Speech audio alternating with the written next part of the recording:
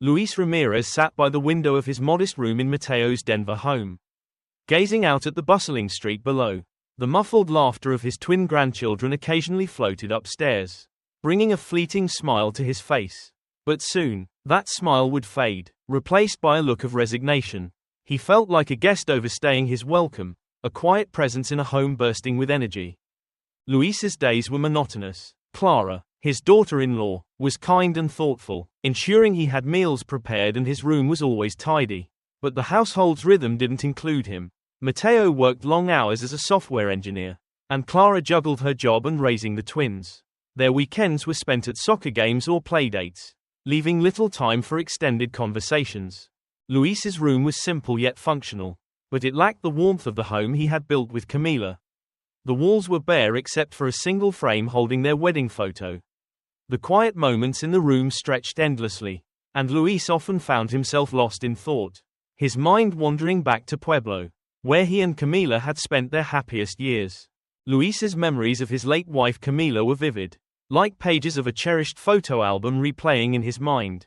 They had met at a spring festival in Pueblo, where Camila's laughter had drawn him in like a melody. She had been a spirited woman, full of life and warmth. They had married young and bought a small wooden house on the outskirts of town. Together, they had turned the house into a sanctuary, a place of love, laughter, and hard work. The garden was their pride and joy. Camila adored flowers, especially roses, while Luis grew vegetables that he would proudly serve at dinner. Every evening, they would sit on their porch, watching the sunset, talking about their dreams for the future. Those dreams were simple but fulfilling, to grow old together, surrounded by the beauty they had cultivated. When Camila passed away after a sudden illness, the house lost its light. Luis tried to maintain their home and garden, but without her, it felt hollow. A few years later, a fire destroyed what was left of their home. Luis barely escaped with his life, and the memories of the life they had built were reduced to ashes. Mateo insisted that his father move to Denver, but Luis felt as though he had left a piece of his soul behind in Pueblo. Mateo had always admired his father. Luis was not just a loving parent but also a role model of resilience and generosity. Mateo still remembered the days when Luis would stay up late grading papers while finding time to coach his little league team. Yet, as an adult, Mateo often felt inadequate in his efforts to repay his father's sacrifices. Living with Luis was a balancing act. Mateo loved having his father close but struggled with the guilt of not spending enough time with him.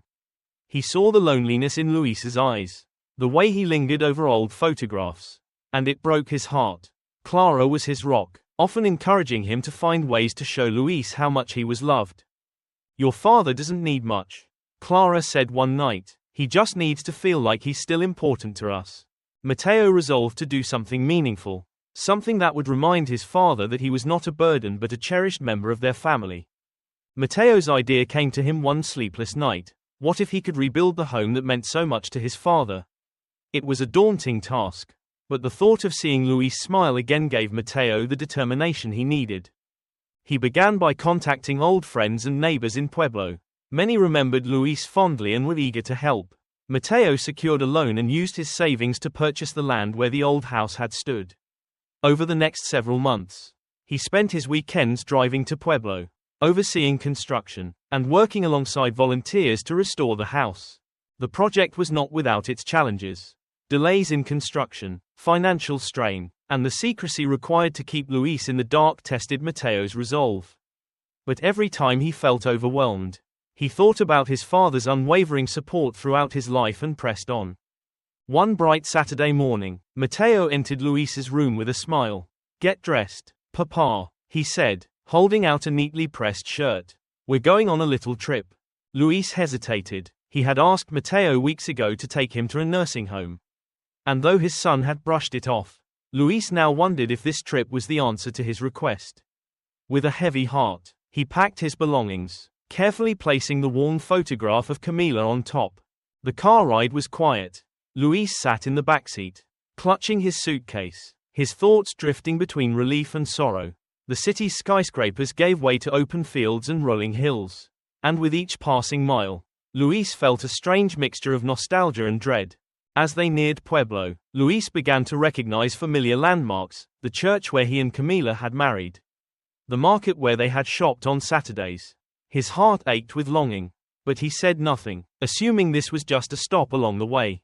When the car finally stopped, Luis stepped out, expecting to see the dull grey facade of a nursing home.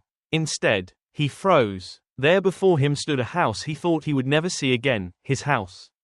Fully restored, it gleamed in the sunlight, every detail carefully reconstructed. Luis's knees buckled, and Mateo quickly steadied him. What is this? Luis whispered, his voice trembling. Mateo smiled. Welcome home, Papa. Tears streamed down Luis's face as he walked up the porch steps. The scent of fresh wood and varnish filled the air, but it was the sense of familiarity that overwhelmed him. Inside, the house was a perfect blend of past and present. The furniture was modern but echoed the warmth of the home he and Camila had created. On the mantel above the fireplace, a framed photograph of Camila seemed to watch over the room. Mateo explained everything, the months of planning, the help from friends and neighbors, and the effort to restore the house to its former glory. You gave me everything, Papa, Mateo said, his voice thick with emotion. This is just a small way to give back. In the weeks that followed, Luis found a renewed sense of purpose. He spent his mornings tending to the garden, reviving the roses Camila had loved so much. Paloma, their old neighbor's horse, had been gifted to Luis, and the two quickly became companions. Mateo and Clara visited every weekend, bringing the twins to play in the yard. Luis no longer felt like a burden. Instead, he felt like the foundation of a family that cherished him. One evening, as the sun dipped below the horizon, Luis sat on the porch, a photo album in his lap. He traced his fingers over a picture of Camila in the garden. Her smile radiant. We're home, he whispered, his voice filled with gratitude. For the first time in years, Luis felt truly at peace. This expanded version offers a rich exploration of Luis's past, his relationship with Mateo, and the journey toward healing and rediscovery of purpose, creating a deeply emotional and fulfilling narrative.